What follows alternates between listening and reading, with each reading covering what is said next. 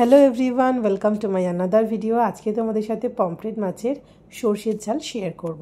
চলো শুরু করা যাক। প্রথমেই পমফ্রেট মাছটাকে আমি হলুদ আর লেবু দিয়ে মেখে রেখেছিলাম, তারপর সেটাকে ভালো করে সর্ষের তেলে ভাজা করে নিলাম। এরপরে কড়াইতে আরও একটু সর্ষের তেল দিয়ে তার মধ্যে কালো জিরে আর কাঁচা লঙ্কার ফোড়ন দিয়ে তারপর এখানে আমি একটা টমেটোর পেস্ট অ্যাড করে দিচ্ছি। এবারে এর মধ্যে একটু নুন আর হলুদ দিয়ে সব কিছুকে খুব ভালো করে কষিয়ে নেব। টমেটো থেকে তেল ছেড়ে গেলেই সাদা সর্ষে আর কালো সর্ষে দিয়ে পেস্টটা যে তৈরি করে রেখেছিলাম সেটা এখানে অ্যাড করে দিচ্ছি। দিয়ে তারপরে মিক্সি ধোয়া জলটাও একটু দিয়ে দিলাম।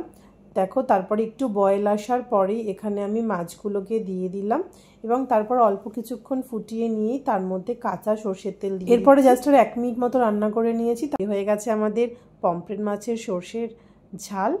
ভিডিওটা কেমন লাগলো অবশ্যই কমেন্ট করে জানিও। ভালো লাগলে একটা লাইক করে দিও আর আমার চ্যানেলটাকে ফলো করে দিও এরকম আরও ভিডিও পাওয়ার জন্য।